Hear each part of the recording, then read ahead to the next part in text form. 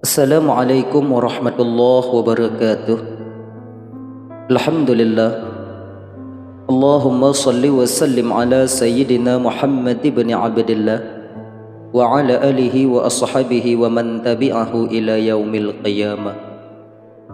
Ikhwan yang dimuliakan oleh Allah Subhanahu wa taala, Islam telah sejak awal mewanti-wanti tentang penyakit cinta dunia dan takut mati, di mana karena kecintaan terhadap harta dan kemewahan dunia serta takut akan kematian membuat banyak orang yang keliru dalam memandang tujuan hidup mereka di dunia ini, sehingga mereka kehilangan arah dalam menjalani kehidupan itu sendiri.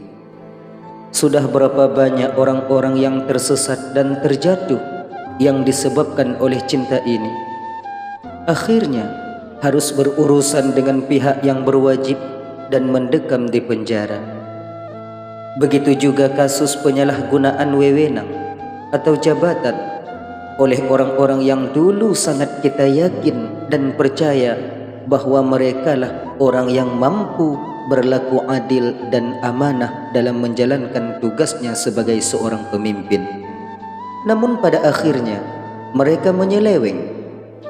Ini semua bisa terjadi tiada lain adalah karena akibat dari godaan hawa nafsu untuk memperkaya diri, karena kecintaannya terhadap kemewahan dunia yang penuh gemerlap dan menjanjikan berbagai kenikmatan, padahal hanya bersifat sementara. Mereka lupa bahwa tujuan Allah mendahirkannya ke dunia ini ialah untuk mengabdi kepada Sang Penciptanya. Allah Subhanahu wa taala berfirman, "Wa ma khalaqtul jinna wal insa illa liya'budun." Dan tidak aku ciptakan jin dan manusia kecuali untuk menyembahku. Quran surat Az-Zariyah ayat 56. Mereka jauh dari Al-Quran dan sunnah Rasul sebagai pedoman hidup. Maka jadilah mereka pengagum dunia dan silau dengan keindahannya. Dari Abu Maslamah, dia berkata, aku mendengar Abu Nadrah bercerita dari Abu Sa'id Al-Khudri, Nabi SAW bersabda, sesungguhnya dunia itu manis, dan sesungguhnya Allah telah menguasakannya kepadamu sekalian. Kemudian Allah menunggu, memperhatikan apa yang kamu kerjakan di dunia itu. Karena itu, takutilah dunia dan takutlah kepada wanita, karena sesungguhnya sumber bencana Bani Israel adalah wanita. Cobalah kita perhatikan sekarang ini. Tidak sedikit di antara manusia yang bersaing meraih jabatan, namun sayang, jabatan itu mereka ambil dengan tidak mengindahkan hak-haknya. Meraih jabatan bukan untuk melayani, tapi untuk memperkaya diri. Tentang sikap mental seperti ini, Nabi SAW bersabda, sesungguhnya di antara kalian ada yang berambisi menjadi penguasa, padahal yang demikian itu akan menjadi penyesalan di hari kiamat. Karena sebaik-baik seorang ibu adalah yang mau menyusui anaknya, dan sejelek-jelek seorang ibu adalah yang tidak menyusui anak-anaknya. Hadis riwayat Imam Bukhari. Kepemimpinan bukanlah hal yang kotor dan busuk, bahkan ia adalah kebaikan di sisi Allah Subhanahu wa taala, asalkan mampu membawanya dengan menunaikan hak-haknya. Zaid bin Sabit pernah berkata saat ia berada di samping Nabi SAW. Kata beliau, seburuk-buruk perkara adalah kepemimpinan. Mendengar hal itu, Nabi SAW menyanggahnya. Beliau bersabda, sebaik-baik perkara adalah kepemimpinan bagi orang yang mengambilnya dengan hak-haknya, dan seburuk-buruk perkara adalah kepemimpinan bagi orang yang mengambilnya dengan cara yang tidak benar. Maka kelak hanya akan mengundang kekecewaan pada hari kiamat. Hadis riwayat Imam At-Tabrani. Kebanyakan manusia lebih memilih kemewahan dan harta dunia secara berlebihan adalah mereka yang sangat cinta dengan dunianya. Artinya, mereka rakus sekali ingin mendapatkan dunia dengan mencari harta sampai melupakan Allah, melupakan akhirat, atau lupa mereka akan meninggalkan dunia yang fana ini. Dan termasuk orang yang cinta akan dunia ialah mereka yang mengejar dunia tanpa memperdulikan bagaimana cara ia mendapatkannya. Siapa orang yang bersifat demikian, maka dia berada dalam ancaman yang sangat pedih. Allah Subhanahu wa ta'ala berfirman, "Man kana yuridul hayatad dunya wa zinataha nuwaffi ilaihim a'malahum fiha wa hum fiha la yubkhasun. Ulaika alladzina laysa lahum fil akhirah illa an-nar wa habita ma sana'u fiha wa batilum ma kanu ya'malun." Barang siapa yang menghendaki kehidupan dunia dan perhiasannya, niscaya kami akan berikan kepada mereka balasan pekerjaan mereka di dunia dengan sempurna, dan mereka di dunia itu tidak akan dirugikan. Itulah orang-orang yang tidak memperoleh di akhirat kecuali neraka, dan lenyaplah di akhirat itu apa yang telah mereka usahakan di dunia, dan sia-sialah apa yang telah mereka kerjakan. Quran Surat Hud ayat 15-16. Sesungguhnya Allah Subhanahu wa ta'ala tidak melarang hamba-hambanya mencari harta dunia, akan tetapi perlu mendapatkan perhatian bagaimana harta itu diperoleh. Jangan sampai tertipu oleh kemilau akan kemewahan dunia, karena apabila sampai tertipu akan isi dunia, sungguh akhirnya sangat tidak menyenangkan. Allah Subhanahu wa ta'ala berfirman, "Ketahuilah bahwa sesungguhnya kehidupan dunia ini hanyalah permainan dan suatu yang melalaikan. Perhiasan dan bermegah-megah antara kamu serta berbangga-banggaan tentang banyaknya harta dan anak, seperti hujan yang tanam-tanamannya mengagumkan para petani. Kemudian tanaman itu menjadi kering dan kamu lihat warnanya kuning, kemudian menjadi hancur. Dan di akhirat nanti ada azab yang keras dan ampunan dari Allah serta keridhaannya. Dan kehidupan di dunia ini tidak lain hanyalah kesenangan yang menipu." Quran Surat Al-Hadid ayat 20. Saudaraku yang seiman, kemewahan dunia memang sangat menarik, namun jangan sampai tertipu oleh kemilau dunia itu sendiri.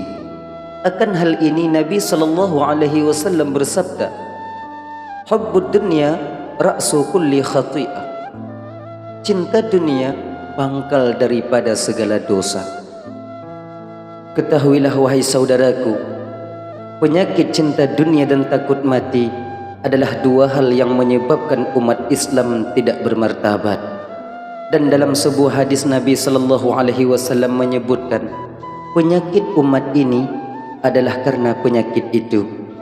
Umat Islam menjadi seperti buih di lautan yang terombang-ambing oleh ombak. Mereka tidak punya pendirian, mengorbankan idealisme, bahkan terbawa arus dan menyimpang dari jalan yang sudah digariskan oleh Allah Subhanahu wa ta'ala. Rasulullah SAW bersabda, "Hampir-hampir bangsa-bangsa memperebutkan kalian, yaitu umat Islam, layaknya memperebutkan makanan yang berada di mangkuk." Seorang laki-laki bertanya, "Apakah kami waktu itu berjumlah sedikit ya Rasulullah?" Beliau menjawab, "Bahkan jumlah kalian pada waktu itu sangatlah banyak. Namun kalian seperti buih di genangan air. Sesungguhnya Allah akan mencabut rasa takut kepada kalian dan akan menanamkan ke dalam hati kalian penyakit wahan." Lalu sahabat bertanya, "Ya Rasulullah, apa itu wahan?" Beliau menjawab, "Cinta dunia dan takut mati." Sebenarnya Islam tidak melarang umatnya untuk menikmati kesenangan dunia, asalkan berada dalam batas-batas yang telah digariskan Allah Subhanahu wa ta'ala. Sebagaimana firman-Nya, "Wabtaghi fima ataqallah ad-daral akhirah wa la tansa nasibaka minad dunya wa ahsin kama ahsanallahu ilaika wa la tabghil fasada fil ardi innallaha la yuhibbul mufsidin."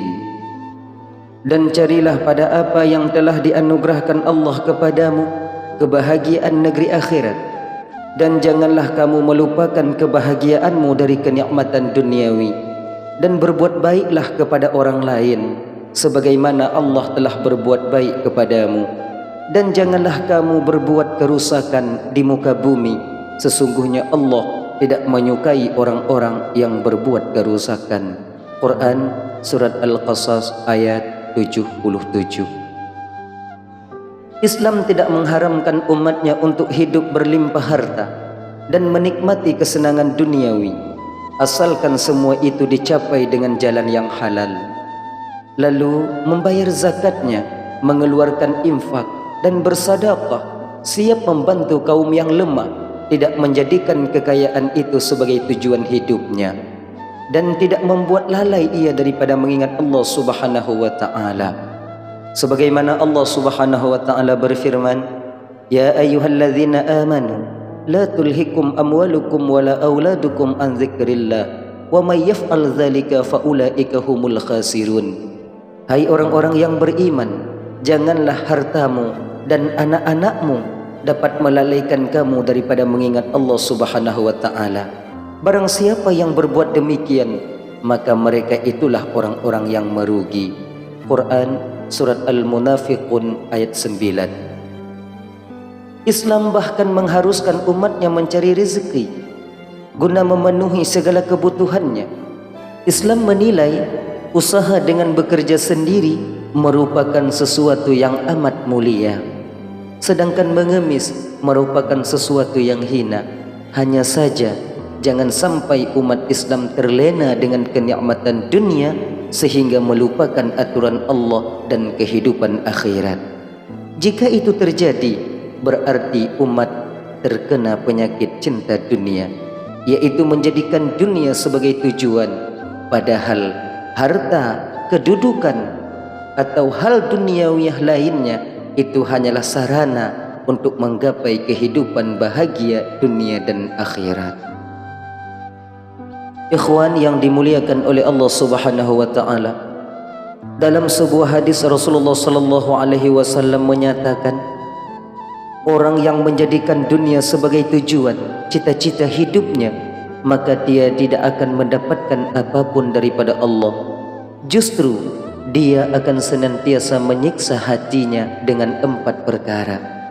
Pertama, kesusahan yang tidak ada putus-putusnya, kesibukan yang tiada akhirnya, kemiskinan yang tiada mencapai kekayaannya, dan angan-angan yang tidak akan pernah sampai tujuannya. Orang yang cinta kepada dunia, kebiasaannya akan menghiasi hatinya dengan rasa takut kepada mati. Cinta dunia dan takut mati, ini adalah ungkapan ringkas yang disampaikan Rasulullah sallallahu alaihi wasallam 14 abad yang lalu, untuk menggambarkan betapa lemahnya mental generasi akhir zaman.